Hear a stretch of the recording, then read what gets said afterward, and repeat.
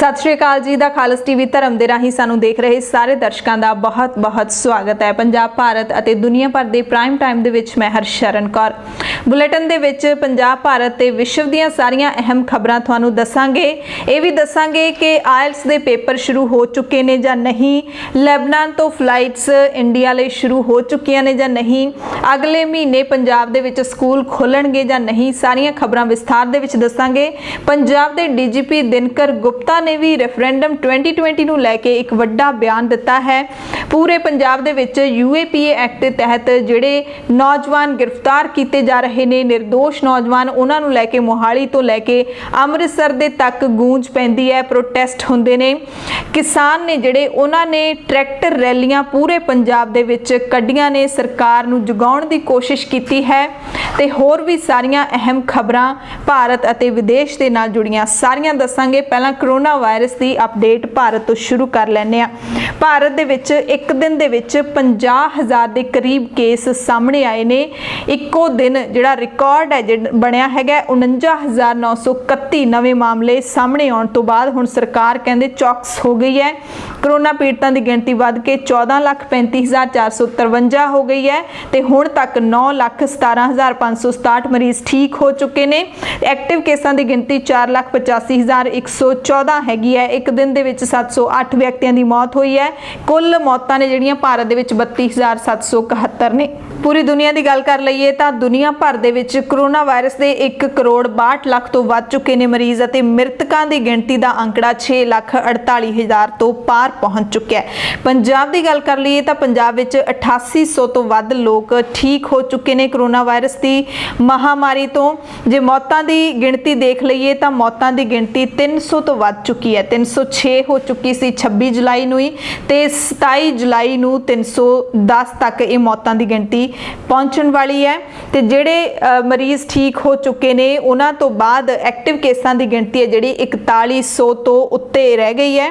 कुल जिहड़े positive case Punjab दे विच 13,218 तक पहुंच चुके ने। सब तो वध केस ने जिहड़े वो पंजाब दे जलंधर जिले दे विच ने 775। उस तो बाद दूसरे थां ते लुधियाना है, तीजे थां ते पटियाला आ चुके हैं, चौथे ते अमृतसर। पंजाब दीयां अहम खबरां तो पहला पंजाब दे मौसम का भी हाल जान लैने आ। मौसम की गल करिए तां 28 जुलाई नूं पंजाब दे विच वध तो वध तापमान 30 डिग्री ते घट तो घट 28 डिग्री रहेगा। थोड़ी राहत कह सकते हैं। साहिबजादा अजीत सिंह नगर मोहाली की गल कर लईए तां इत्थे हल्के छिट्टे पैण की संभावना है। कई होर जिलिਆਂ ਦੇ ਵਿੱਚ भी हल्की बारिश की संभावना मौसम विभाग ने दी है। लुधियाना अमृतसर ਦੇ ਵਿੱਚ भी हल्की बदलवाई रहेगी। बठिंडा ਵਿੱਚ मौसम आम वांग साफ रहेगा।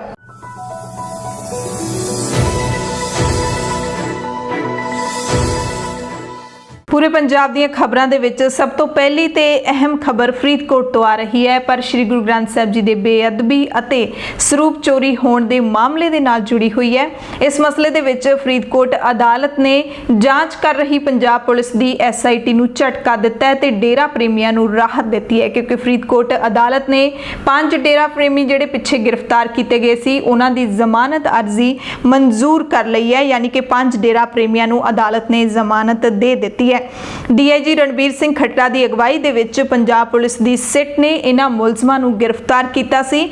5 डेरा प्रेमियों के खिलाफ पिंड बुरज जवार सिंह वाला तो श्री गुरु ग्रंथ साहिब जी के पावन स्वरूप चोरी करन अते बेअदबी करन दे इल्जाम लगे सी। न्यायिक हिरासत दे विच इन्हां नूं रखिया गया सी, पर अदालत ने हुण इन्हां दी जमानत नूं मंजूर कर लिया।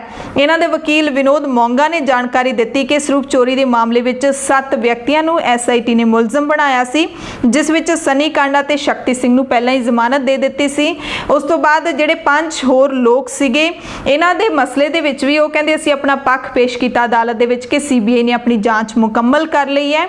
असीं ये दलील दित्ती कि SIT जिहड़ी जांच कर रही है उन्हां दे वल्लों इन्हां 5 दे खिलाफ कोई होर सबूत पेश नहीं कीते जा सके जो ये साबित कर सकण कि इन्हां ने ही स्वरूप चोरी कीते ने। सो जिहड़ा चलान पेश होया सी उहनूं डिसमिस करन दी इन्हां ने मंग कीती ते गिरफ्तारी रद्द करन दी मंग कीती, पर अदालत ने वो दोवें तां नहीं कीते, पर जमानत है जिहड़ी वो जरूर मंजूर कर लई है।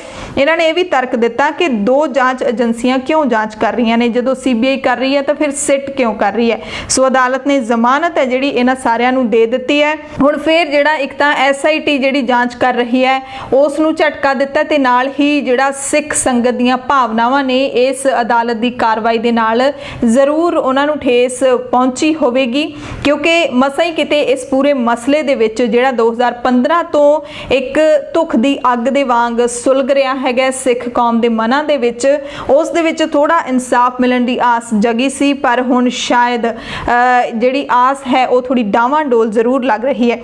उस तो बाद गल करांगे पंजाब दे DGP दिनकर गुप्ता दी, जिन्हां ने BBC पंजाबी दे नाल गलबात कीती है।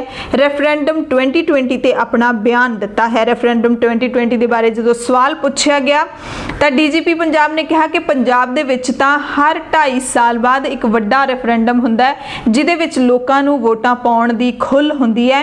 ਇਹ ਜਿਹੜਾ रेफरेंडम 2020 है ये देश का माहौल खराब करने के लिए किया जा रहा है।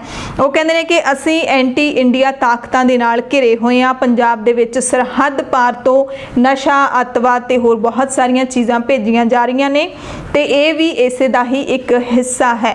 फिर वो कहते हैं कि साडे देश विच लोकतंत्र है, हर 5 साल बाद इत्थे वोटां पैंदियां ने ते हर 2.5 साल बाद तां साडे पंजाब विच ही रेफरेंडम हुंदा है, कदे लोक सभा इलैक्शन, कदे विधान सभा, कदे कोई इलैक्शन।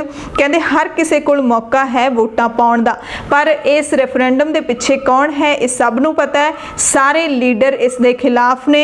महामारी दे दौर दे विच ये लोग एंटी भारत एजेंडा चला रहे ने ते असीं रेफरेंडम दे विरुद्ध कोई गिरफ्तारियां नहीं कीतियां, ये दावा कीता है DGP पंजाब ने। ते नाल ही ये भी कहंदे ने कि वाहिगुरू इन्हां सब नूं मत देवे, साडे सूबे दे विच शांति आवे, विकास होवे, साडे बच्चे भटक ना जाण।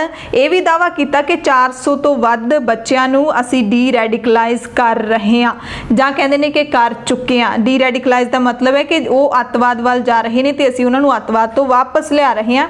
ये कहना है DGP दिनकर गुप्ता का। सब तो वड्डा दावा जिहड़ा उन्होंने कीता है कि पंजाब दे विच असीं कोई गिरफ्तारियां नहीं कर रहे, पर सच तां यह है कि जून ते जुलाई दे विच 40 तो वध सिख नौजवान फड़े जा चुके हैं ते उन्हां गिरफ्तारियां दे खिलाफ ही मोहाली दे विच 27 जुलाई नूं एक वड्डा रोस प्रदर्शन है जिहड़ा ओह सिख जथेबंदियां दे वल्लों कीता गया, जिहड़ा मार्च कढ़िया गया। मुख मंत्री कैप्टन अमरिंदर सिंह दी कोठी दा घिराओ करना सी। दस दिए कि नैशनल जांच एजेंसी वल्लों रेफरेंडम 2020 दे संबंध विच सिख नौजवानों की फड़ो फड़ाई अते NIA दफ्तर बुला के उन्हां तों पुछगिछ करके उन्हां नूं मानसिक तौर ते परेशान करन अते झूठे केसां विच फसाउण दा डर दिखा के धमकाउण दे खिलाफ सिख भाईचारे विच रोस है जिहड़ा ओह पाया जा रहा है। ते NIA दी पुछगिछ तो घबरा के लवप्रीत सिंह नाम का एक सिख नौजवान सी, 21 साल उम्र सी, संगरूर दे पिंड रत्ता खेड़ा दा रहण वाला सी। पिछले दिन ही उसने गुरुद्वारा आम साहिब मोहाली दे निवास वाले कमरे दे विच पखे नाल लटक के खुदकुशी कर लई सी।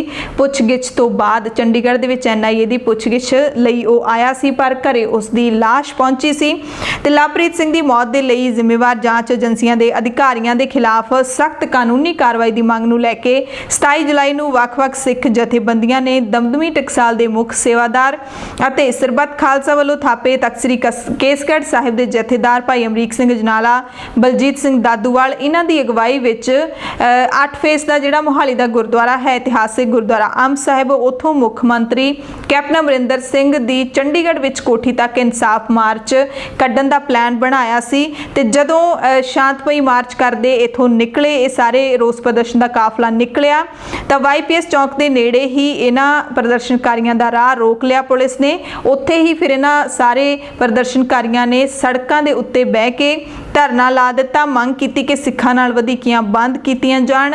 जिहड़े सिख नौजवान की मौत के लिए जिम्मेवार अधिकारी हैगे ने, जिहड़े भी अधिकारी ने उन्हां खिलाफ सख्त कार्रवाई की जाए। चेतावनी दी कि जेकर सिख नौजवानों को निशाना बनाना बंद ना किया गया तो वड्डे पद्धर ते असीं संघर्ष करांगे। इसे मसले दे विच भुलੱਥ तो विधायक सुखपाल सिंह खैरा लगातार जिहड़े निर्दोष सिख नौजवान ने उन्हां दे घरों घरी पहुंच कर रहे ने, उन्हां दी आवाज़ सरकार दे कन्नां तक पहुंचाउण दी कोशिश कर रहे ने ते 27 ਜੁਲਾਈ ਨੂੰ ਵੀ ਵਿਧਾਇਕ ਸੁਖਪਾਲ ਸਿੰਘ ਖਹਿਰਾ ਨੇ ਸ਼੍ਰੀ ਅਕਾਲ ਤਖਤ ਸਾਹਿਬ ਪਹੁੰਚ ਕੇ ਇੱਕ ਚਿੱਠੀ ਹੈ ਜਿਹੜੀ ਇੱਕ ਮੰਗ ਪੱਤਰ ਉਹ ਸ਼੍ਰੀ ਅਕਾਲ ਤਖਤ ਸਾਹਿਬ ਦੇ ਜਥੇਦਾਰ ਨੂੰ ਸੌਂਪਿਆ ਅਤੇ ਮੰਗ ਕੀਤੀ ਕਿ UAPA ਕਾਨੂੰਨ ਦੇ ਤਹਿਤ ਗ੍ਰਿਫਤਾਰ ਕੀਤੇ ਸਿੱਖ ਨੌਜਵਾਨਾਂ ਦੇ ਕੇਸਾਂ ਦੀ ਪੈਰਵਾਈ ਸ਼੍ਰੋਮਣੀ ਕਮੇਟੀ ਤੋਂ ਕਰਵਾਉਣ ਦੇ ਲਈ ਆਦੇਸ਼ ਜਾਰੀ ਕੀਤਾ ਜਾਵੇ। ਅਕਾਲ ਤਖਤ ਸਾਹਿਬ ਵੱਲੋਂ ਉਹਨਾਂ ਕਿਹਾ ਕਿ ਇਹਨਾਂ ਨੌਜਵਾਨਾਂ ਨੂੰ ਨਾਜਾਇਜ਼ ਗ੍ਰਿਫਤਾਰ ਕੀਤਾ ਗਿਆ। ਪੁਲਿਸ ਆਪਣੀ ਸਾਖ ਬਚਾਉਣ ਦੇ ਲਈ ਇਹਨਾਂ ਨੂੰ ਛਿੱਕੇ ਤੇ ਟੰਗ ਰਹੀ ਹੈ। ਸਾਰੇ ਨੌਜਵਾਨ ਗਰੀਬ ਪਰਿਵਾਰਾਂ ਨਾਲ ਸੰਬੰਧਿਤ ਨੇ, ਵਧੇਰੇ ਤਾਂ ਦਿਹਾੜੀਦਾਰ ਨੇ।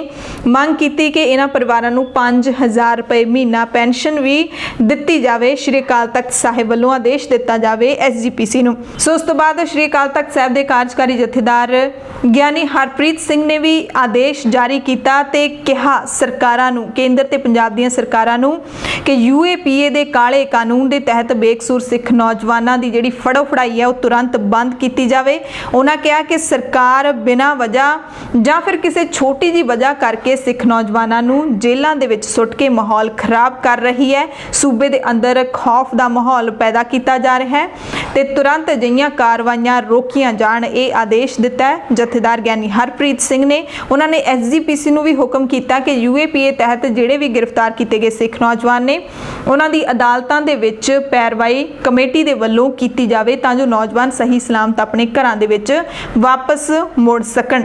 ਤੇ ਸ਼੍ਰੀ ਅਕਾਲ ਤਖਤ ਸਾਹਿਬ ਵਿਖੇ ਇਹ ਜਿਹੜੇ ਸਾਰੇ ਨੌਜਵਾਨ ਫੜੇ ਗਏ ਨੇ ਉਹਨਾਂ ਦੇ ਪਰਿਵਾਰ ਵਾਲੇ ਸੁਖਪਾਲ ਸਿੰਘ ਖਹਿਰਾ ਦੀ ਅਗਵਾਈ ਦੇ ਵਿੱਚ ਪਹੁੰਚੇ ਸੀ। ਸ਼੍ਰੀ ਅਕਾਲ ਤਖਤ ਸਾਹਿਬ ਦੇ ਜਥੇਦਾਰ ਨੂੰ ਉਹਨਾਂ ਨੇ ਮੰਗ ਪੱਤਰ ਵੀ ਸੌਂਪਿਆ, ਜਿਸ ਤੋਂ ਬਾਅਦ ਜਥੇਦਾਰ ਸਾਹਿਬ ਦਾ ਇਹ ਬਿਆਨ ਆਇਆ।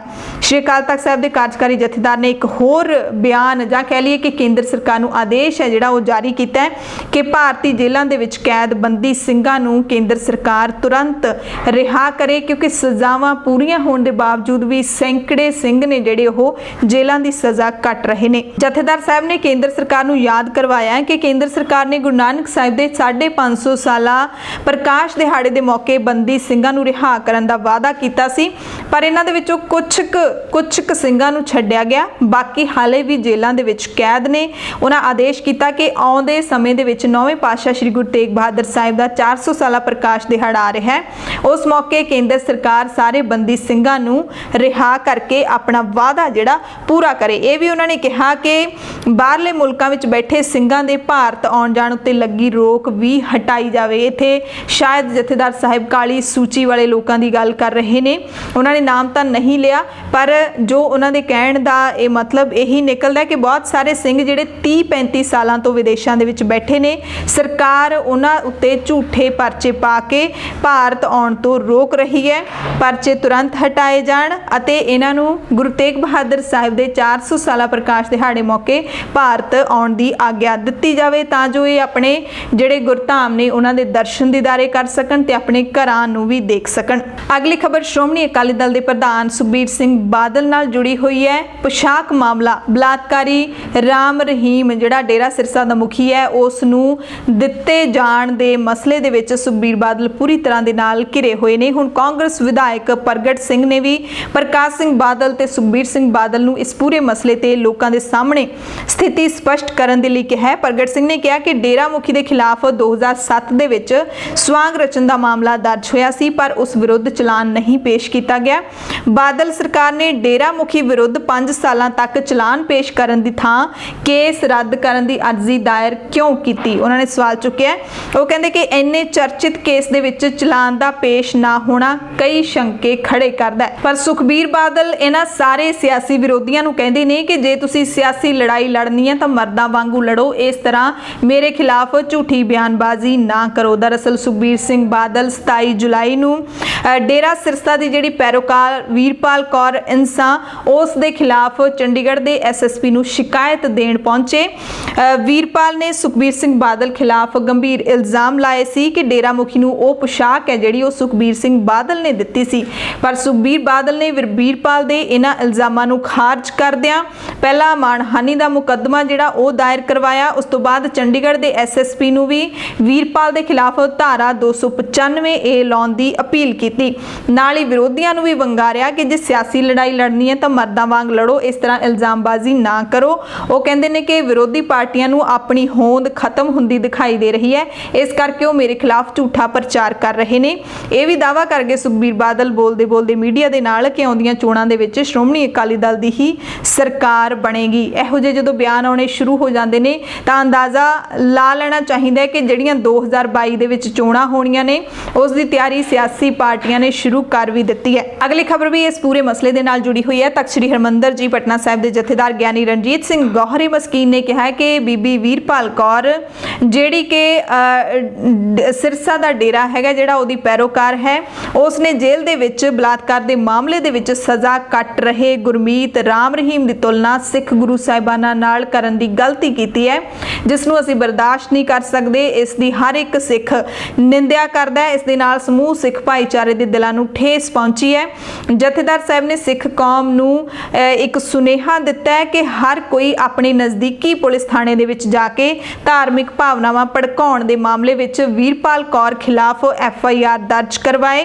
ਉਹਨਾਂ ਨੇ ਸਰਕਾਰ ਤੋਂ ਵੀ ਮੰਗ ਕੀਤੀ ਹੈ ਕਿ ਇਸ ਬੀਬੀ ਨੂੰ ਗ੍ਰਿਫਤਾਰ ਕਰਕੇ ਜੇਲ੍ਹ ਭੇਜਿਆ ਜਾਵੇ ਕਿਉਂਕਿ ਇਸਨੇ ਸਿੱਖਾਂ ਦੀਆਂ ਭਾਵਨਾਵਾਂ ਨੂੰ ਠੇਸ ਪਹੁੰਚਾਈ ਹੈ। ਅਗਲੀ ਖਬਰ ਕਿਸਾਨਾਂ ਦੇ ਨਾਲ ਜੁੜੀ ਹੋਈ ਹੈ। ਕੇਂਦਰ ਸਰਕਾਰ ਨੇ ਜਿਹੜੇ ਖੇਤੀ ਆਰਡੀਨੈਂਸ ਪਾਸ ਕੀਤੇ ਨੇ ਉਹਨਾਂ ਦੇ ਖਿਲਾਫ ਪੂਰੇ ਪੰਜਾਬ ਦੇ ਵਿੱਚ ਟਰੈਕਟਰ ਰੈਲੀਆਂ ਨੇ ਜਿਹੜੀਆਂ ਉਹ ਕੱਢੀਆਂ ਗਈਆਂ। ਬਠਿੰਡਾ ਦੀ ਗੱਲ ਕਰ ਲਈਏ ਤਾਂ ਬਠਿੰਡਾ ਦੇ ਵਿੱਚ ਪ੍ਰਦਰਸ਼ਨਕਾਰੀ ਨੇ ਜਿਹੜੇ ਉਹ ਕੇਂਦਰੀ ਮੰਤਰੀ ਹਰਸਿਮਰਤ ਕੌਰ ਬਾਦਲ ਦੇ ਦਫ਼ਤਰ ਦੇ ਨੇੜੇ ਪਹੁੰਚੇ ਤਾਂ ਪੁਲਿਸ ਨੇ ਬੈਰੀਕੇਡ ਲਾ ਕੇ ਇਹਨਾਂ ਨੂੰ ਰੋਕ ਲਿਆ।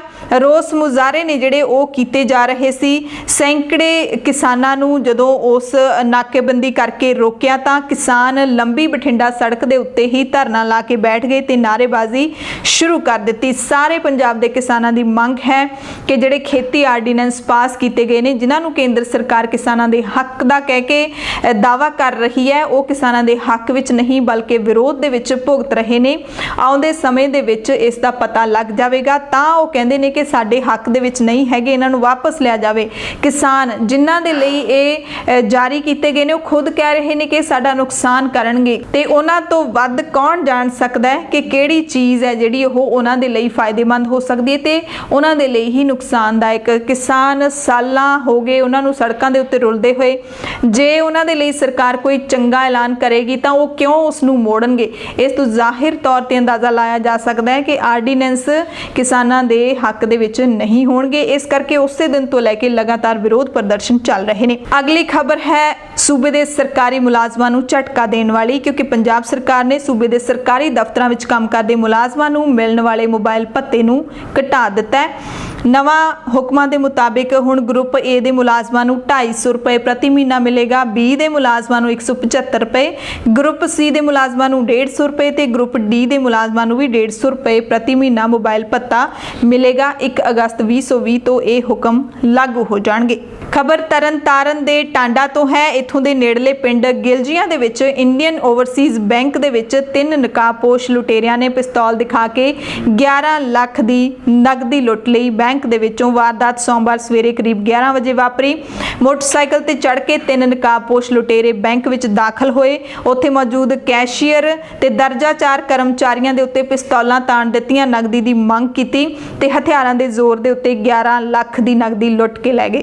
ਅਗਲੀ ਖਬਰ ਮੀਂਹ ਦੇ ਪਾਣੀ ਨਾਲ ਬਰਬਾਦ ਹੋਈਆਂ ਫਸਲਾਂ ਦੇ ਮਾਲਕ ਕਿਸਾਨਾਂ ਦੇ ਨਾਲ ਜੁੜੀ ਹੋਈ ਹੈ, ਪਰ ਖਾਸ ਕਰਕੇ ਲੰਬੀ ਹਲਕੇ ਦੇ। ਪੰਜਾਬ ਦੇ ਸਾਬਕਾ ਮੁੱਖ ਮੰਤਰੀ ਪ੍ਰਕਾਸ਼ ਸਿੰਘ ਬਾਦਲ ਆਪਣੇ ਹਲਕੇ ਦੇ ਕਿਸਾਨਾਂ ਦੇ ਲਈ ਕੈਪਟਨ ਸਰਕਾਰ ਦੇ ਨਾਲ ਗੁੱਸੇ ਹੋ ਗਏ ਨੇ। ਪ੍ਰਕਾਸ਼ ਸਿੰਘ ਬਾਦਲ ਨੇ ਦੋਸ਼ ਲਾਇਆ ਹੈ ਕਿ ਕੈਪਟਨ ਸਰਕਾਰ ਨੇ ਅਕਾਲੀ ਬੀਜੇਪੀ ਸਰਕਾਰ ਵੱਲੋਂ ਡਰੇਨਾਂ ਦੇ ਉੱਤੇ ਬਰਸਾਤੀ ਅਤੇ ਸੇਮ ਦੇ ਪਾਣੀ ਦੇ ਨਿਕਾਸ ਲਈ ਲਾਈਆਂ ਜਿਹੜੀਆਂ ਮੋਟਰਾਂ ਸੀ ਉਹਨਾਂ ਨੂੰ ਜਾਣਬੁੱਝ ਕੇ ਬੰਦ ਕੀਤਾ ਹੈ। ਦਰਅਸਲ ਕੁਝ ਦਿਨ ਪਹਿਲਾਂ ਲੰਬੀ ਹਲਕੇ ਦੇ ਪਿੰਡਾਂ ਦੇ ਵਿੱਚ ਮੀਂਹ ਦਾ ਪਾਣੀ ਭਰਨ ਦੇ ਕਾਰਨ ਸੈਂਕੜੇ ਕਿਸਾਨਾਂ ਦੀ ਫਸਲ ਹੈ ਜਿਹੜੀ ਉਹ ਬਰਬਾਦ ਹੋ ਗਈ ਸੀ। ਪ੍ਰਕਾਸ਼ ਸਿੰਘ ਬਾਦਲ ਨੇ ਕਿਹਾ ਕਿ ਇਸ ਇਲਾਕੇ ਦੇ ਵਿੱਚ ਇੰਨਾ ਪਾਣੀ ਖੜ ਗਿਆ, ਫਸਲਾਂ ਬਰਬਾਦ ਹੋਈਆਂ ਨੇ, ਪਰ ਕੋਈ ਵੀ ਸਰਕਾਰੀ ਅਧਿਕਾਰੀ ਇੱਥੇ ਗਿਰਦੌਰੀ ਕਰਦਾ ਨਜ਼ਰ ਨਹੀਂ ਆ ਰਿਹਾ ਤਾਂ ਕਿ ਕਿਸਾਨਾਂ ਨੂੰ ਮੁਆਵਜ਼ਾ ਹੈ ਜਿਹੜਾ ਉਹ ਦਿੱਤਾ ਜਾ ਸਕੇ। ਸਾਬਕਾ ਮੁੱਖ ਮੰਤਰੀ ਨੇ ਮੌਜੂਦਾ ਮੁੱਖ ਮੰਤਰੀ ਨੂੰ ਤੁਰੰਤ ਰੈੱਡ ਅਲਰਟ ਜਾਰੀ ਕਰਕੇ ਪ੍ਰਭਾਵਿਤ ਰਕਬੇ ਦੀ ਸਪੈਸ਼ਲ ਗਿਰਦੌਰੀ ਤੇ ਤੁਰੰਤ ਮੁਆਵਜ਼ਾ ਦੇਣ ਦੀ ਮੰਗ ਵੀ ਕੀਤੀ ਹੈ ਤੇ ਜਿਹੜੀਆਂ ਡਰੇਨਾਂ ਦੀ ਤੁਰੰਤ ਸਫਾਈ ਤੇ ਮੋਟਰਾਂ ਨੂੰ ਚਾਲੂ ਕਰਕੇ ਕਿਸਾਨਾਂ ਲਈ ਰਾਹਤ ਦਾ ਐਲਾਨ ਕਰਨ ਦੀ ਵੀ ਮੰਗ ਕੀਤੀ ਹੈ। ਅਨਲੌਕ 3 ਦੇ ਵਿੱਚ ਸਕੂਲ ਖੁੱਲਣਗੇ ਜਾਂ ਨਹੀਂ, ਇਹ ਇੱਕ ਵੱਡਾ ਸਵਾਲ ਹੈ ਪੰਜਾਬ ਦੇ ਵਿੱਚ, ਤੇ ਪੰਜਾਬ ਦੇ ਸਿੱਖਿਆ ਮੰਤਰੀ ਨੇ ਇਸ ਤੇ ਵੱਡਾ ਬਿਆਨ ਦਿੱਤਾ ਹੈ। ਉਹਨਾਂ ਨੇ ਕਿਹਾ ਕਿ ਜਦੋਂ ਤੱਕ ਪੰਜਾਬ ਦੇ ਵਿੱਚ ਕਰੋਨਾ ਵਾਇਰਸ ਖਤਮ ਨਹੀਂ ਹੁੰਦਾ ਉਦੋਂ ਤੱਕ ਪੰਜਾਬ ਦੇ ਵਿੱਚ ਸਕੂਲ ਨਹੀਂ ਖੋਲੇ ਜਾਣਗੇ। ਸੋ ਵਾਰ-ਵਾਰ ਸਕੂਲਾਂ ਦੇ ਬਾਰੇ ਵੀ ਸਾਡੇ ਦਰਸ਼ਕਾਂ ਦੇ ਵੱਲੋਂ ਕਮੈਂਟ ਕਰਕੇ ਪੁੱਛਿਆ ਜਾਂਦਾ ਹੈ, ਫੋਨ ਕਰਕੇ ਵੀ ਪੁੱਛਿਆ ਜਾਂਦਾ ਹੈ ਕਿ ਸਕੂਲ ਕਦੋਂ ਖੁੱਲਣਗੇ, ਇਸ ਬਾਰੇ ਜਾਣਕਾਰੀ ਦਿੱਤੀ ਜਾਵੇ। ਸੋ ਸਿੱਖਿਆ ਮੰਤਰੀ ਵਿਜੇ ਇੰਦਰ ਸਿੰਗਲਾ ਨੇ ਕਿਹਾ ਕਿ ਬੱਚੇ ਸਾਡੇ ਦੇਸ਼ ਦਾ ਭਵਿੱਖ ਨੇ, ਅਸੀਂ ਉਹਨਾਂ ਦੀ ਜ਼ਿੰਦਗੀ ਖਤਰੇ 'ਚ ਨਹੀਂ ਪਾ ਸਕਦੇ। ਸੋ ਬੱਚਿਆਂ ਨੂੰ ਸੁਰੱਖਿਅਤ ਰੱਖਣਾ ਸਾਡੀ ਜ਼ਿੰਮੇਵਾਰੀ ਹੈ। ਜਦੋਂ ਤੱਕ ਕਰੋਨਾ ਵਾਇਰਸ ਖਤਮ ਨਹੀਂ ਹੋਏਗਾ ਸਕੂਲ ਨਹੀਂ ਖੁੱਲਣਗੇ, ਕਿਉਂਕਿ ਜੁਲਾਈ ਮਹੀਨੇ ਦਾ ਅਖੀਰ ਹੈ ਜਿਹੜਾ ਉਹ ਆ ਗਿਆ ਹੈਗਾ। ਅਨਲੌਕ 2 ਹੈ ਜਿਹੜਾ ਉਹ ਖਤਮ ਹੋਣ ਵਾਲਾ ਹੈ। ਉਸ ਤੋਂ ਬਾਅਦ ਅਗਲੇ ਮਹੀਨੇ ਅਗਸਤ ਦੇ ਵਿੱਚ ਅਨਲੌਕ 3 ਸ਼ੁਰੂ ਹੋ ਜਾਏਗਾ। ਅਗਸਤ ਦੇ ਵਿੱਚ ਕੇਂਦਰ ਸਰਕਾਰ ਨੇ ਵੀ ਕਿਹਾ ਸੀ ਕਿ ਜੇ ਸੂਬਾ ਸਰਕਾਰਾਂ ਨੂੰ ਲੱਗੇ ਹਾਲਾਤ ਠੀਕ ਨੇ ਤਾਂ ਉਹ ਆਪਣੇ ਵਿਦਿਅਕ ਅਦਾਰੇ ਖੋਲ ਸਕਦੇ ਨੇ। ਸਿਹਤ ਕਾਮਿਆਂ ਦੀਆਂ ਮੁਸ਼ਕਲਾਂ ਨਿਤ ਦਿਨ ਸਾਹਮਣੇ ਆਉਂਦੀਆਂ ਰਹਿੰਦੀਆਂ ਨੇ। ਹੁਣ ਸਾਹਮਣੇ ਆਈਆਂ ਨੇ ਪੀਜੀਆਈ ਚੰਡੀਗੜ੍ਹ ਤੋਂ, ਜਿਨ੍ਹਾਂ ਨੂੰ ਪ੍ਰਸ਼ਾਸਨ ਨੇ ਝਟਕਾ ਦਿੱਤਾ ਹੈ। ਨਰਸਿੰਗ ਸਟਾਫ ਨੂੰ ਝਟਕਾ ਦਿੰਦੇ ਹੋਏ ਪੀਜੀਆਈ ਪ੍ਰਸ਼ਾਸਨ ਨੇ ਤਨਖਾਹਾਂ ਦੇ ਵਿੱਚ ਕਟੌਤੀ ਕਰਨ ਦਾ ਐਲਾਨ ਕਰ ਦਿੱਤਾ ਹੈ, ਜਿਸ ਤੋਂ ਬਾਅਦ ਨਰਸਿੰਗ ਸਟਾਫ ਨੇ ਵੀ 3 ਦਿਨਾਂ ਦੀ ਹੜਤਾਲ ਦਾ ਐਲਾਨ ਕਰ ਦਿੱਤਾ ਹੈ। ਇਹਨਾਂ ਨੇ ਰੋਸ ਜ਼ਾਹਿਰ ਕੀਤਾ ਕਿ ਅਸੀਂ ਮਰੀਜ਼ਾਂ ਦੀ ਦੇਖਭਾਲ ਕਰ ਰਹੇ ਹਾਂ, ਕਿਉਂਕਿ ਪੀਜੀਆਈ ਦੇ ਵਿੱਚ ਕਰੋਨਾ ਵਾਇਰਸ ਦੇ ਮਰੀਜ਼ਾਂ ਦਾ ਇਲਾਜ ਹੈ ਜਿਹੜਾ ਉਹ ਹੋ ਰਿਹਾ ਹੈਗਾ। ਪੰਜਾਬ ਦੇ ਵਿੱਚ ਸਭ ਤੋਂ ਪਹਿਲਾ ਕੇਂਦਰ ਸੀ ਪੀਜੀਆਈ ਦੇ ਵਿੱਚ, ਜਿੱਥੇ ਸਾਰੇ ਮਰੀਜ਼ਾਂ ਦਾ ਇਲਾਜ ਹੁੰਦਾ ਸੀ। ਉਸ ਤੋਂ ਬਾਅਦ ਅਲੱਗ-ਅਲੱਗ ਹਸਪਤਾਲਾਂ ਦੇ ਵਿੱਚ ਹੋਣਾ ਸ਼ੁਰੂ ਹੋਇਆ। ਉਹਨਾਂ ਨੇ ਕਿਹਾ ਕਿ ਸਾਨੂੰ ਜਿਹੜਾ ਹੈਗਾ ਤੁਸੀਂ ਫਰੰਟ ਲਾਈਨ ਵਾਰੀਅਰ ਕਹਿ ਰਹੇ ਹੋ, ਪਰ ਸਾਡੀਆਂ ਤਨਖਾਹਾਂ ਦੇ ਵਿੱਚ ਕਟੌਤੀ ਕਰ ਰਹੇ ਹੋ। ਇਹ ਦੋਗਲਾਪਣ ਕਿਉਂ ਸਾਡੀਆਂ ਤਨਖਾਹਾਂ ਘੱਟ ਕੀਤੀਆਂ ਜਾ ਰਹੀਆਂ ਨੇ ਜਦੋਂ ਅਸੀਂ ਕੰਮ ਫਰੰਟ ਲਾਈਨ ਤੇ ਕਰ ਰਹੇ ਹਾਂ।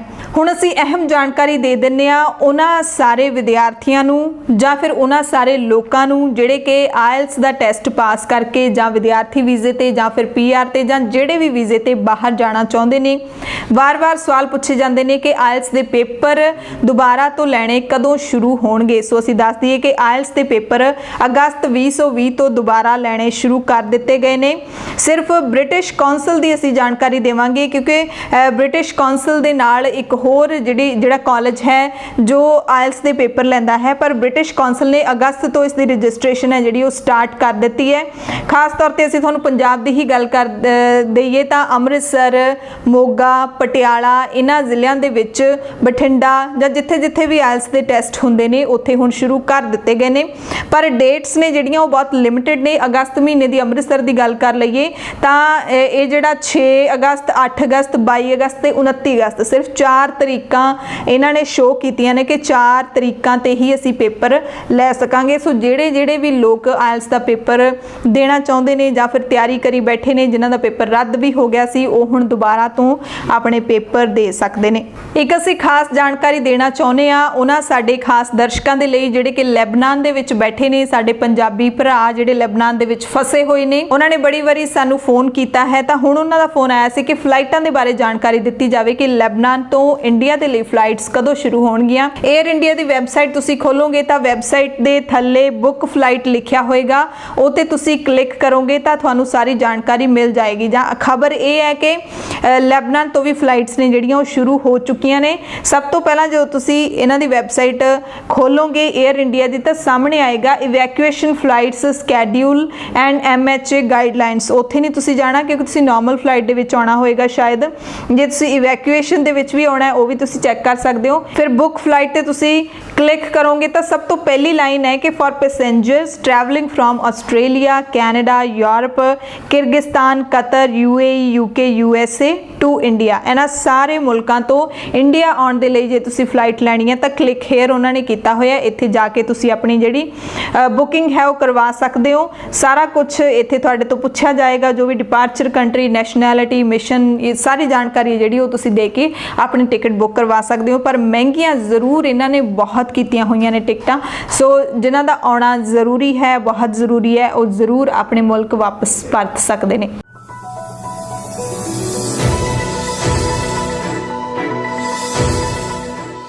ਪੂਰੇ ਭਾਰਤ ਦੀਆਂ ਖਬਰਾਂ ਦੇ ਵਿੱਚ ਸਭ ਤੋਂ ਪਹਿਲਾਂ ਗੱਲ ਕਰਾਂਗੇ ਭਾਰਤ ਚੀਨ ਤਣਾਅ ਦੀ। ਦੋਵਾਂ ਦੇਸ਼ਾਂ ਦੇ ਵਿੱਚ ਤਣਾਅ ਦੇ ਦਰਮਿਆਨ ਭਾਰਤ ਨੇ ਇੱਕ ਹੋਰ ਸਟ੍ਰਾਈਕ ਕਹਿੰਦੇ ਅੱਜ ਕਰ ਦਿੱਤਾ ਹੈ। 47 ਚੀਨੀ ਐਪਸ ਨੂੰ ਬੈਨ ਕਰ ਦਿੱਤਾ ਹੈ। ਇਸ ਤੋਂ ਪਹਿਲਾਂ ਵੀ 59 ਜਿਹੜੀਆਂ ਐਪਸ ਬੈਨ ਕੀਤੀਆਂ ਸੀਗੀਆਂ ਭਾਰਤ ਨੇ, ਤੇ ਹੁਣ ਇਹ ਵੀ ਜਾਣਕਾਰੀ ਮਿਲ ਰਹੀ ਹੈ ਕਿ PUBG ਗੇਮ ਜਿਹਦੇ دیਵਾਨੇ ਹੋਏ ਨੇ ਲੱਖਾਂ ਲੋਕ, ਖਾਸ ਕਰਕੇ ਨੌਜਵਾਨ ਮੁੰਡੇ ਕੁੜੀਆਂ ਜਿਹੜੇ ਕਿ ਆਪਣੇ ਪੈਸੇ ਵੀ ਲੁਟਾਉਂਦੇ ਨੇ ਇਹ ਗੇਮ ਖੇਡਣ ਦੇ ਵਿੱਚ, ਆਪਣੇ ਘਰਦਿਆਂ ਨੂੰ ਵੀ ਕੰਗਾਲ ਕਰ ਦਿੰਦੇ ਨੇ ਕਈ, ਤਾਂ ਉਹ PUBG ਹੈ ਜਿਹੜੀ ਗੇਮ ਉਹ ਵੀ ਬੈਨ ਹੋ ਸਕਦੀ ਹੈ ਆਉਣ ਵਾਲੇ ਦਿਨਾਂ ਦੇ ਵਿੱਚ। PUBG ਸਮੇਤ 250 ਹੋਰ ਜਿਹੜੀਆਂ ਚੀਨੀ ਐਪਸ ਨੇ ਉਹ ਬੈਨ ਹੋ ਸਕਦੀਆਂ ਨੇ। ਤੇ ਸਰਕਾਰ ਨੇ ਜਿਹੜੀ ਅੱਜ 47 ਐਪਸ ਤੇ ਪਾਬੰਦੀ ਲਾਈ ਹੈ, ਉਹ ਪਿਛਲੇ ਮਹੀਨੇ ਪਾਬੰਦੀ ਲਾਈਆਂ ਗਈਆਂ ਜਿਹੜੀਆਂ 59 ਐਪਸ ਸੀ ਉਹਨਾਂ ਦੇ ਕਲੋਨ ਵਜੋਂ ਕੰਮ ਕਰਦੀਆਂ ਸੀ ਇਹ ਐਪਸ। ਭਾਰਤ ਵੱਲੋਂ ਹੋਰ ਪਾਬੰਦੀ ਲਾਈਆਂ ਗਈਆਂ ਇਹਨਾਂ ਚੀਨੀ ਐਪਸ ਦੀ ਸੂਚੀ ਹੈ ਜਿਹੜੀ ਉਸ ਦਾ ਐਲਾਨ ਹਾਲੇ ਤੱਕ ਨਹੀਂ ਕੀਤਾ ਗਿਆ, ਪਰ ਅੱਜ ਇਹ ਖਬਰ ਹੈ ਜਿਹੜੀ ਮੀਡੀਆ ਦੇ ਵਿੱਚ ਬਹੁਤ ਹੀ ਧੜੱਲੇ ਦੇ ਨਾਲ ਪ੍ਰਸਾਰਿਤ ਕੀਤੀ ਗਈ ਕਿ ਚੀਨ ਦੀਆਂ 47 ਹੋਰ ਐਪਸ ਭਾਰਤ ਨੇ ਬੰਦ ਕਰ ਦਿੱਤੀਆਂ ਨੇ। ਭਾਰਤ ਤੋਂ ਦੂਸਰੀ ਵੱਡੀ ਅਹਿਮ ਖਬਰ ਹੈ ਰਾਫੇਲ ਲੜਾਕੂ ਜਹਾਜ਼ਾਂ ਦੇ ਨਾਲ ਜੁੜੀ ਹੋਈ, ਜਿਹੜੇ ਕਿ ਫਰਾਂਸ ਤੋਂ ਭਾਰਤ ਦੇ ਲਈ ਰਵਾਨਾ ਹੋ ਗਏ ਨੇ। 5 ਲੜਾਕੂ ਜਹਾਜ਼ ਭਾਰਤ ਦੇ ਵਿੱਚ ਅੱਜ ਪਹੁੰਚ ਜਾਣਗੇ। ਇਹ ਜਹਾਜ਼ ਭਾਰਤੀ ਹਵਾਈ ਫੌਜ ਦੇ ਪਾਇਲਟਾਂ ਨੇ ਉਡਾਏ ਨੇ ਤੇ ਇਹਨਾਂ ਨੇ ਉਡਾਨ ਫਰਾਂਸ ਤੋਂ ਭਰ ਲਈ। ਭਾਰਤ ਦੇ ਵਿੱਚ ਕਿੰਨੇ ਵਜੇ ਇਹ ਪਹੁੰਚਣਗੇ ਇਸ ਬਾਰੇ ਕੋਈ ਜਾਣਕਾਰੀ ਨਹੀਂ, ਪਰ ਰਾਤ 12 ਵਜੇ ਤੋਂ ਪਹਿਲਾਂ ਭਾਰਤ ਦੇ ਵਿੱਚ ਇਹਨਾਂ ਨੇ ਪਹੁੰਚ ਜਾਣਾ ਹੈ। ਇੱਕ ਟਵੀਟ ਕੀਤਾ ਗਿਆ ਫਰਾਂਸ ਵਿਚਲੇ ਭਾਰਤੀ ਸਫਾਰਤਖਾਨੇ ਵੱਲੋਂ, ਉਹਦੇ ਵਿੱਚ ਲਿਖਿਆ ਕਿ ਬੌਨ ਵੋਇਜ। ਫਰਾਂਸ ਦੇ ਵਿੱਚ ਭਾਰਤੀ ਰਾਜਦੂਤ ਨੇ ਰਾਫੇਲ ਦੇ ਭਾਰਤੀ ਪਾਇਲਟਾਂ ਦੇ ਨਾਲ ਗੱਲਬਾਤ ਕੀਤੀ, ਉਹਨਾਂ ਨੂੰ ਵਧਾਈ ਦਿੱਤੀ ਤੇ ਭਾਰਤ ਲਈ ਸੁਰੱਖਿਅਤ ਉਡਾਣ ਦੀ ਕਾਮਨਾ ਕੀਤੀ। ਭਾਰਤ ਨੇ ਲਗਭਗ 58,000 ਕਰੋੜ ਰੁਪਏ ਦੇ 36 ਰਾਫੇਲ ਲੜਾਕੂ ਜਹਾਜ਼ਾਂ ਦੀ ਖਰੀਦ ਲਈ ਸਤੰਬਰ 2016 ਦੇ ਵਿੱਚ ਫਰਾਂਸ ਦੇ ਨਾਲ ਸਮਝੌਤਾ ਕੀਤਾ ਸੀ। ਤੇ ਇਹ ਜਹਾਜ਼ ਨੇ ਜਿਹੜੇ, ਇਹਨਾਂ ਦੀ ਖਾਸੀਅਤ ਇਹ ਹੈ ਕਿ ਕਈ ਸ਼ਕਤੀਸ਼ਾਲੀ ਹਥਿਆਰ ਲਿਜਾਣ ਦੇ ਸਮਰੱਥ ਹੈ ਇੱਕ ਰਾਫੇਲ ਲੜਾਕੂ ਜਹਾਜ਼। ਸੋ ਭਾਰਤ ਦੀ ਜਿਹੜੀ ਇੱਕ ਸ਼ਕਤੀ ਹੁੰਦੀ ਹੈ, ਸੈਨਿਕ ਸ਼ਕਤੀ, ਉਸ ਦੇ ਵਿੱਚ ਵਾਧਾ ਹੋਣ ਲੱਗਿਆ। ਭਾਰਤ ਚੀਨ ਤਣਾਅ ਦੇ ਦਰਮਿਆਨ ਇੱਕ ਹੋਰ ਅਹਿਮ ਖਬਰ ਹੈ ਕਿ ਭਾਰਤ ਦੀ ਖੁਫੀਆ ਜਾਣਕਾਰੀ ਇਕੱਠੀ ਕਰਨ ਵਾਲੇ ਸੈਟੇਲਾਈਟ ਐਮੀਸੈਟ ਵੱਲੋਂ ਖਿੱਚੀਆਂ ਤਸਵੀਰਾਂ ਤੋਂ ਖੁਲਾਸਾ ਹੋਇਆ ਹੈ ਕਿ ਚੀਨ ਦੀ ਪੀਪਲਸ ਲਿਬਰੇਸ਼ਨ ਆਰਮੀ, ਜਿਹਨੂੰ PLA ਕਹਿੰਦੇ ਨੇ, ਉਹ ਤਿੱਬਤ ਦੇ ਵਿੱਚ LAC ਦੇ ਨੇੜੇ ਤਾਇਨਾਤ ਹੈ। ਹੁਣ ਤੱਕ ਖਬਰਾਂ ਇਹ ਆ ਰਹੀਆਂ ਸੀ ਕਿ ਭਾਰਤ ਤੇ ਚੀਨ ਦੀਆਂ ਦੋਵਾਂ ਮੁਲਕਾਂ ਦੀਆਂ ਜਿਹੜੀਆਂ ਫੌਜਾਂ ਨੇ ਉਹ ਗਲਵਾਨ ਵੈਲੀ ਤੋਂ ਪਿੱਛੇ ਹਟਣੀਆਂ ਸ਼ੁਰੂ ਹੋ ਗਈਆਂ ਨੇ ਤੇ ਕਾਫੀ ਕਿਲੋਮੀਟਰ ਪਿੱਛੇ ਹਟ ਵੀ ਗਈਆਂ ਨੇ। ਪਰ ਜਿਹੜੀ ਇਹ ਜਾਣਕਾਰੀ ਦਾ ਖੁਲਾਸਾ ਹੋਇਆ ਹੈ, ਇਹ ਕਹਿੰਦੀ ਹੈ ਕਿ ਚੀਨ ਤੇ ਪਾਕਿਸਤਾਨ ਨੇ ਜਿਹੜੇ ਉਹ ਆਉਂਦੇ ਸਿਆਲ ਤੱਕ ਭਾਰਤ ਨੂੰ ਪਾਣੀ ਵਾਲੇ ਰਾਹ ਤੋਂ ਦੋਵੇਂ ਪਾਸਿਓਂ ਘੇਰਨ ਦੀਆਂ ਤਿਆਰੀਆਂ ਕਰ ਰਹੇ ਨੇ। ਇਹ ਤਸਵੀਰਾਂ ਨੇ ਜਿਹੜੀਆਂ ਇਹ ਦੱਸਦੀਆਂ ਨੇ, ਇਹ ਖੁਲਾਸਾ ਕਰਦੀਆਂ ਨੇ। ਇਸ ਸੈਟੇਲਾਈਟ ਨੂੰ ਰੱਖਿਆ ਖੋਜ ਤੇ ਵਿਕਾਸ ਸੰਗਠਨ ਯਾਨੀ ਕਿ ਡਰਾਡੋ DRDO ਦੇ ਵੱਲੋਂ ਚਲਾਇਆ ਜਾਂਦਾ ਹੈ। ਇਹ ਸੈਟੇਲਾਈਟ ਬਿਜਲੀ ਇੰਟੈਲੀਜੈਂਸ ਸਿਸਟਮ ਕੌਟਲਿਆ ਦੇ ਨਾਲ ਲੈਸ ਹੈ। ਇਸ ਨੇ ਤਸਵੀਰਾਂ ਖਿੱਚੀਆਂ ਨੇ ਜਿਨ੍ਹਾਂ ਦੇ ਵਿੱਚ ਸਾਹਮਣੇ ਆਇਆ ਕਿ ਚੀਨੀ ਫੌਜ ਹੈ ਜਿਹੜੀ ਉਹ ਤਿੱਬਤ ਦੇ ਵਿੱਚ LAC ਦੇ ਨੇੜੇ ਤਾਇਨਾਤ ਹੈ, ਪੂਰੀ ਤਿਆਰੀ ਦੇ ਵਿੱਚ ਹੈ। ਸੂਤਰਾਂ ਤੋਂ ਇੱਕ ਹੋਰ ਖਬਰ ਮਿਲ ਰਹੀ ਹੈ ਕਿ ਭਾਰਤ ਸਰਕਾਰ ਤਿਆਰੀ ਕਰ ਰਹੀ ਹੈ UAPA ਦੇ ਤਹਿਤ ਜਿਹੜੇ ਗ੍ਰਿਫਤਾਰ ਕੀਤੇ ਜਾਣ ਵਾਲੇ ਵਿਅਕਤੀ ਹੋਣਗੇ, ਜੇ ਉਹ ਅੱਤਵਾਦੀ ਐਲਾਨੇ ਜਾਂਦੇ ਨੇ ਤਾਂ ਉਹਨਾਂ ਦੀ ਸਾਰੀ ਜਾਇਦਾਦ ਹੈ ਜਿਹੜੀ ਉਹ ਜ਼ਬਤ ਕਰ ਲਈ ਜਾਏਗੀ। ਜਾਣਕਾਰੀ ਮਿਲੀ ਹੈ ਕਿ ਗ੍ਰਹਿ ਮੰਤਰਾਲੇ ਨੇ 44 ਅਧਿਕਾਰੀਆਂ ਦੀ ਟੀਮ ਦਾ ਗਠਨ ਕਰ ਦਿੱਤਾ ਹੈ ਤੇ ਇਹ ਟੀਮ ਖਾਸ ਤੌਰ ਤੇ UAPA ਤਹਿਤ ਦਰਜ ਹੋਏ ਹੋਣਗੇ ਜਿਨ੍ਹਾਂ ਦੇ ਖਿਲਾਫ ਮਾਮਲੇ, ਉਹਨਾਂ ਤੇ ਕਰੜੀ ਨਜ਼ਰ ਰੱਖੇਗੀ ਅਤੇ ਜਿਹੜਾ ਵੀ ਕੋਈ ਅੱਤਵਾਦੀ ਪਾਇਆ ਗਿਆ ਇਸ ਕਾਨੂੰਨ ਦੇ ਤਹਿਤ ਫੜਿਆ ਗਿਆ ਵਿਅਕਤੀ, ਉਸ ਦੀ ਸਾਰੀ ਜ਼ਮੀਨ ਜਾਇਦਾਦ ਹੈ ਜਿਹੜੀ ਉਹ ਜ਼ਬਤ ਕਰ ਲਈ ਜਾਏਗੀ। ਸੋ UAPA ਦਾ ਕਾਲਾ ਕਾਨੂੰਨ ਹਾਲਾਂਕਿ ਪੂਰੇ ਭਾਰਤ ਦੇ ਵਿੱਚ ਇਹ ਲਾਗੂ ਹੈ, ਪਰ ਪੰਜਾਬ ਦੇ ਵਿੱਚ ਇਸ ਦੀ ਜ਼ਿਆਦਾ ਜਿਹੜੀ ਦੁਰਵਰਤੋਂ ਦਿਖਾਈ ਦੇ ਰਹੀ ਹੈ। ਪੂਰਾ ਰੌਲਾ ਪੰਜਾਬ ਦੇ ਵਿੱਚ ਪੈ ਰਿਹਾ ਹੈ ਕਿਉਂਕਿ ਇੱਥੇ ਪਿਛਲੇ ਜੂਨ ਜੁਲਾਈ 2 ਮਹੀਨਿਆਂ ਦੇ ਵਿੱਚ ਹੀ 40 ਤੋਂ ਵੱਧ ਸਿੱਖ ਨੌਜਵਾਨਾਂ ਨੂੰ ਗ੍ਰਿਫਤਾਰ ਕੀਤਾ ਜਾ ਚੁੱਕਿਆ ਹੈ। ਕੋਰੋਨਾ ਵਾਇਰਸ ਦੀ ਗੱਲ ਕਰ ਲੈਂਦੇ ਹਾਂ। ਭਾਰਤ ਦੇ ਵਿੱਚ ਦਿੱਲੀ ਦੇ ਮੁੱਖ ਮੰਤਰੀ ਅਰਵਿੰਦ ਕੇਜਰੀਵਾਲ ਨੇ ਕਿਹਾ ਕਿ ਦਿੱਲੀ ਵਿੱਚ COVID-19 ਦੀ ਸਥਿਤੀ ਦੇ ਵਿੱਚ ਸੁਧਾਰ ਹੋਇਆ ਹੈ। ਮੁੱਖ ਮੰਤਰੀ ਦੇ ਮੁਤਾਬਿਕ ਸੋਮਵਾਰ ਨੂੰ ਦਿੱਲੀ ਵਿੱਚ ਰਿਕਵਰੀ ਦੀ ਦਰ 88% ਸੀ ਤੇ ਹੁਣ ਸਿਰਫ 9% ਲੋਕ ਬਿਮਾਰ ਨੇ। ਹੁਣ ਤੱਕ 2 ਤੋਂ 3% ਲੋਕਾਂ ਦੀ ਮੌਤ ਹੋਈ ਹੈ ਤੇ ਮੌਤਾਂ ਦੀ ਗਿਣਤੀ ਲਗਾਤਾਰ ਘਟ ਰਹੀ ਹੈ, ਇਹ ਮੁੱਖ ਮੰਤਰੀ ਅਰਵਿੰਦ ਕੇਜਰੀਵਾਲ ਨੇ ਦੱਸਿਆ। ਉਧਰ ਐਸ਼ਵਰਿਆ ਰਾਏ ਬੱਚਨ ਅਤੇ ਉਹਨਾਂ ਦੀ ਧੀ ਅਰਾਧਿਆ, ਇਹਨਾਂ ਦੋਨਾਂ ਨੂੰ ਛੁੱਟੀ ਮਿਲ ਗਈ ਹੈ। ਹਸਪਤਾਲ ਦੇ ਵਿੱਚੋਂ COVID-19 ਦੀਆਂ ਮਰੀਜ਼ ਸੀਗੀਆਂ। ਹਾਲਾਂਕਿ ਇਹਨਾਂ ਦੇ ਪਰਿਵਾਰਕ ਮੈਂਬਰ ਜਿਹੜੇ ਅਮਿਤਾਭ ਬੱਚਨ ਤੇ ਅਭਿਸ਼ੇਕ ਬੱਚਨ ਉਹ ਹਾਲੇ ਤੱਕ ਮੈਡੀਕਲ ਦੇਖ-ਰੇਖ ਦੇ ਵਿੱਚ ਨੇ। ਉਹਨਾਂ ਦੀ ਟੈਸਟ ਰਿਪੋਰਟ ਹੈ ਜਿਹੜੀ ਉਹ ਹਾਲੇ ਤੱਕ ਨੈਗੇਟਿਵ ਨਹੀਂ ਆਈ। ਉਹਨਾਂ ਦੋਵਾਂ ਦੀ ਨੈਗੇਟਿਵ ਆਉਣ ਤੋਂ ਬਾਅਦ ਉਹ ਘਰ ਚਲੇ ਗਏ ਨੇ। ਹੁਣ ਇੱਕ ਹੋਰ ਬਾਲੀਵੁੱਡ ਅਦਾਕਾਰ ਦੀ ਗੱਲ ਕਰ ਲੈਂਦੇ ਆ ਜਿਨ੍ਹਾਂ ਦਾ ਨਾਮ ਹੈ ਸੋਨੂ ਸੂਦ। ਜਦੋਂ ਕਰੋਨਾ ਵਾਇਰਸ ਦੀ ਮਹਾਮਾਰੀ ਫੈਲੀ ਤਾਂ ਸੋਨੂ ਸੂਦ ਨੇ ਬਹੁਤ ਸਾਰੇ ਮਜ਼ਦੂਰਾਂ ਨੂੰ ਆਪੋ ਆਪਣੇ ਘਰੀਂ ਪਹੁੰਚਾਇਆ ਸੀ, ਉਹਨਾਂ ਦੇ ਘਰੇ ਜਾਣ ਦਾ ਪ੍ਰਬੰਧ ਕੀਤਾ ਸੀ। ਹੁਣ ਸੋਨੂ ਸੂਦ ਦੀ ਖਬਰ ਇਸ ਕਰਕੇ ਆ ਰਹੀ ਹੈ ਕਿਉਂਕਿ ਸੋਨੂ ਸੂਦ ਨੇ ਇੱਕ ਲੋੜਵੰਦ ਕਿਸਾਨ ਪਰਿਵਾਰ ਦੀਆਂ ਧੀਆਂ ਨੂੰ ਟਰੈਕਟਰ ਲੈ ਕੇ ਦਿੱਤਾ ਹੈ ਕਿਉਂਕਿ ਉਹ ਖੇਤੀ ਕਰਦੀਆਂ ਸੀ ਪਰ ਉਹਨਾਂ ਕੋਲ ਟਰੈਕਟਰ ਨਹੀਂ ਸੀ। ਬਹੁਤ ਹੀ ਮੁਸ਼ੱਕਤ ਦੇ ਨਾਲ ਉਹਨਾਂ ਨੂੰ ਆਪਣੇ ਖੇਤਾਂ ਦੇ ਵਿੱਚ ਹਲ ਵਾਹੁਣੇ ਪੈਂਦੇ ਸੀ। ਸੋ ਆਂਧਰਾ ਪ੍ਰਦੇਸ਼ ਦੇ ਚਿੱਤੂਰ ਦੀ ਇੱਕ ਵੀਡੀਓ ਸਾਹਮਣੇ ਆਈ ਜਿਸ ਦੇ ਵਿੱਚ ਦੋ ਧੀਆਂ ਬਲਦਾਂ ਵਾਂਗ ਖੇਤ 'ਚ ਆਪਣੇ ਪਿਤਾ ਦੇ ਨਾਲ ਹਲ ਵਾਹੁੰਦੀਆਂ ਨਜ਼ਰ ਆਈਆਂ ਕਿਉਂਕਿ ਉਹਨਾਂ ਕੋਲ ਬਲਦ ਰੱਖਣ ਲਈ ਵੀ ਪੈਸੇ ਨਹੀਂ ਸੀਗੇ। ਉਸ ਤੋਂ ਬਾਅਦ ਜਦੋਂ ਸੋਨੂ ਸੂਦ ਨੇ ਵੀਡੀਓ ਦੇਖੀ ਤਾਂ ਉਸ ਕਿਸਾਨ ਦੇ ਘਰ ਟਰੈਕਟਰ ਭੇਜ ਦਿੱਤਾ, ਕਿਹਾ ਕਿ ਦੋਵੇਂ ਧੀਆਂ ਨੇ ਜਿਹੜੀਆਂ ਉਹ ਪੜ੍ਹਾਈ ਵੱਲ ਧਿਆਨ ਲਗਾਉਣ ਤੇ ਉਹਨਾਂ ਦੇ ਪਿਤਾ ਨੇ ਜਿਹੜੇ ਉਹ ਟਰੈਕਟਰ ਦੇ ਨਾਲ ਹਲ ਵਾਹੁਣ, ਖੇਤੀ ਕਰਨ ਤੇ ਆਪਣਾ ਗੁਜ਼ਾਰਾ ਕਰਨ। ਟਵੀਟ ਕਰਕੇ ਸੋਨੂ ਸੂਦ ਨੇ ਇਸ ਦੀ ਜਾਣਕਾਰੀ ਦਿੱਤੀ ਤੇ ਇਸ ਦੀ ਜਿਹੜੀ ਸ਼ਲਾਘਾ ਹੋ ਰਹੀ ਹੈ ਚਾਰੇ ਪਾਸੇ। ਤੇਲਗੂ ਦੇਸਮ ਪਾਰਟੀ ਦੇ ਪ੍ਰਧਾਨ ਐਨ ਚੰਦਰਬਾਬੂ ਨਾਇਡੂ ਨੇ ਵੀ ਸੋਨੂ ਸੂਦ ਦਾ ਧੰਨਵਾਦ ਕੀਤਾ ਹੈ ਤੇ ਕਿਸਾਨ ਦੀਆਂ ਦੋਹਾਂ ਧੀਆਂ ਦੀ ਪੜ੍ਹਾਈ ਦਾ ਖਰਚਾ ਚੁੱਕਣ ਦਾ ਐਲਾਨ ਵੀ ਕਰ ਦਿੱਤਾ ਹੈ। ਪੂਰੇ ਭਾਰਤ ਦੀਆਂ ਖਬਰਾਂ ਦੇ ਵਿੱਚ ਜਾਂਦੇ ਜਾਂਦੇ ਤੁਹਾਨੂੰ ਜੰਮੂ ਕਸ਼ਮੀਰ ਤੋਂ ਇੱਕ ਰਾਹਤ ਭਰੀ ਖਬਰ ਸੁਣਾ ਦਿੰਦੇ ਹਾਂ ਜਿੱਥੇ ਸ਼੍ਰੀਨਗਰ ਦੇ ਆਈਜੀ ਵਿਜੇ ਕੁਮਾਰ ਨੇ ਜਾਣਕਾਰੀ ਦਿੱਤੀ ਹੈ ਕਿ ਸ਼੍ਰੀਨਗਰ ਦੇ ਵਿੱਚ ਕੋਈ ਵੀ ਅੱਤਵਾਦੀ ਨਹੀਂ ਬਚਿਆ ਹੈ ਜਾਂ ਕਹਿ ਲਈਏ ਕਿ ਸ਼੍ਰੀਨਗਰ ਅੱਤਵਾਦੀ ਗਤੀਵਿਧੀਆਂ ਤੋਂ ਮੁਕਤ ਹੋ ਚੁੱਕਿਆ ਹੈ। ਉਹਨਾਂ ਨੇ ਜਾਣਕਾਰੀ ਦਿੱਤੀ ਹੈ ਕਿ ਸੁਰੱਖਿਆ ਬਲਾਂ ਨਾਲ ਮੁਕਾਬਲੇ ਦੌਰਾਨ ਲਸ਼ਕਰ-ਏ-ਤੈयबा ਦੇ ਕਮਾਂਡਰ ਇਸ਼ਫਾਕ ਰਾਸ਼ਿਦ ਖਾਨ ਮਾਰੇ ਗਏ ਨੇ। ਉਸ ਤੋਂ ਬਾਅਦ ਕਿਸੇ ਵੀ ਨਾਗਰਿਕ ਦਾ ਕਿਸੇ ਅੱਤਵਾਦੀ ਜਥੇਬੰਦੀ ਦੇ ਨਾਲ ਸੰਬੰਧ ਨਹੀਂ ਹੈ। ਹਾਲਾਂਕਿ ਕੁਝ ਹਫ਼ਤੇ ਪਹਿਲਾਂ ਆਈਜੀ ਵਿਜੇ ਕੁਮਾਰ ਨੇ ਇਹ ਬਿਆਨ ਦਿੱਤਾ ਸੀ ਕਿ ਸ਼੍ਰੀਨਗਰ ਅੱਤਵਾਦ ਤੋਂ ਉਦੋਂ ਤੱਕ ਮੁਕਤ ਨਹੀਂ ਹੋ ਸਕਦਾ ਜਦੋਂ ਤੱਕ ਹੋਰਨਾਂ ਜ਼ਿਲ੍ਹਿਆਂ ਤੋਂ ਅੱਤਵਾਦੀ ਇੱਥੇ ਆਉਂਦੇ ਰਹਿਣਗੇ, ਪਰ ਹੁਣ ਇਹਨਾਂ ਨੇ ਜਾਣਕਾਰੀ ਦਿੱਤੀ ਹੈ ਕਿ ਸ਼੍ਰੀਨਗਰ ਅੱਤਵਾਦ ਤੋਂ ਮੁਕਤ ਹੈ। ਜਿਨ੍ਹਾਂ ਲੋਕਾਂ ਨੂੰ ਸਰਕਾਰ ਅਤੇ ਉੱਥੋਂ ਦਾ ਪੁਲਿਸ ਪ੍ਰਸ਼ਾਸਨ ਅੱਤਵਾਦੀ ਦੱਸਦਾ ਹੈ ਉਹਨਾਂ ਨੂੰ ਉੱਥੋਂ ਦੇ ਹੀ ਸਥਾਨਕ ਲੋਕ, ਜ਼ਿਆਦਾਤਰ ਲੋਕ ਨੇ ਜਿਹੜੇ ਉਹ ਆਜ਼ਾਦੀ ਦੇ ਮਸੀਹੇ ਦੱਸਦੇ ਨੇ ਕਿਉਂਕਿ ਉਹ ਚਾਹੁੰਦੇ ਨੇ ਕਿ ਕਸ਼ਮੀਰ ਹੈ ਜਿਹੜਾ ਉਹ ਆਜ਼ਾਦ ਹੋ ਜਾਵੇ। ਜੰਮੂ ਕਸ਼ਮੀਰ ਨੂੰ ਉਹ ਭਾਰਤ ਦਾ ਹਿੱਸਾ ਨਹੀਂ ਮੰਨਦੇ, ਅਲੱਗ ਮੰਨ ਕੇ ਰਹਿਣਾ ਚਾਹੁੰਦੇ ਨੇ, ਪਰ ਭਾਰਤ ਸਰਕਾਰ ਉੱਥੇ ਆਰਟੀਕਲ 370 ਨੂੰ ਖਤਮ ਕਰ ਚੁੱਕੀ ਹੈ ਤੇ ਜੰਮੂ ਕਸ਼ਮੀਰ ਨੂੰ ਭਾਰਤ ਦੇ ਵਿੱਚ ਸ਼ਾਮਲ ਕਰ ਚੁੱਕੀ ਹੈ।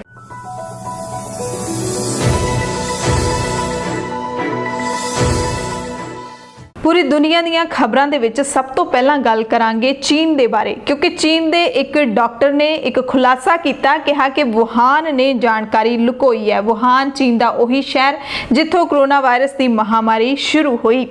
ਇਸ ਜਿਹੜੇ ਕਰੋਨਾ ਵਾਇਰਸ ਦੇ ਮਾਮਲਿਆਂ ਦੀ ਸ਼ੁਰੂਆਤ ਦੇ ਵਿੱਚ ਪਛਾਣ ਕਰਨ ਵਾਲੇ ਇੱਕ ਡਾਕਟਰ ਨੇ BBC ਨਾਲ ਗੱਲਬਾਤ ਕਰਦੇ ਹੋਏ ਦੱਸਿਆ ਕਿ ਉਹ ਮੰਨਦੇ ਨੇ ਕਿ ਸਥਾਨਕ ਅਧਿਕਾਰੀਆਂ ਨੇ ਸ਼ੁਰੂਆਤੀ ਫੈਲਣ ਦੇ ਪੱਧਰ ਨੂੰ ਲੁਕੋਇਆ ਹੈ।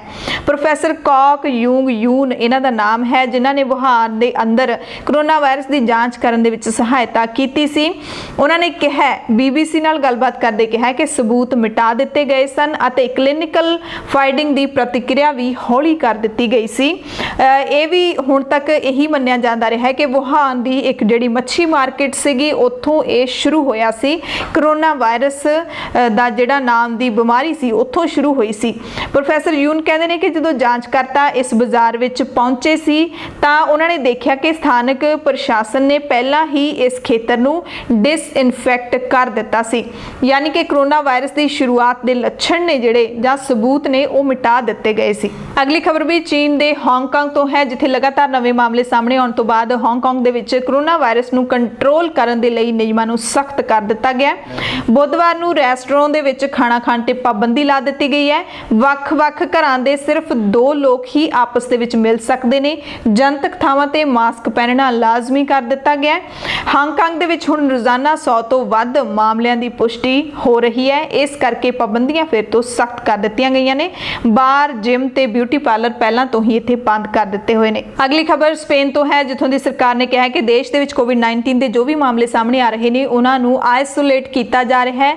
ਹਾਲਾਤ ਪੂਰੀ ਤਰ੍ਹਾਂ ਕਾਬੂ ਵਿੱਚ ਨੇ। ਸਪੇਨ ਵੱਲੋਂ ਇਹ ਅਧਿਕਾਰਿਤ ਬਿਆਨ ਅਸਲ ਦੇ ਵਿੱਚ ਬ੍ਰਿਟੇਨ ਨੇ ਜਦੋਂ ਕੱਲ ਬਿਆਨ ਦਿੱਤਾ ਸੀ ਕਿ ਸਪੇਨ ਤੋਂ ਪਰਤਣ ਵਾਲੇ ਲੋਕਾਂ ਦੇ ਉੱਤੇ 14 ਦਿਨਾਂ ਦੇ ਕੁਆਰੰਟਾਈਨ ਦੀ ਸ਼ਰਤ ਹੈ ਉਹ ਲਾਜ਼ਮੀ ਲਾਗੂ ਹੋਏਗੀ। ਉਸ ਤੋਂ ਬਾਅਦ ਸਪੇਨ ਨੇ ਇਹ ਬਿਆਨ ਦਿੱਤਾ ਹੈ।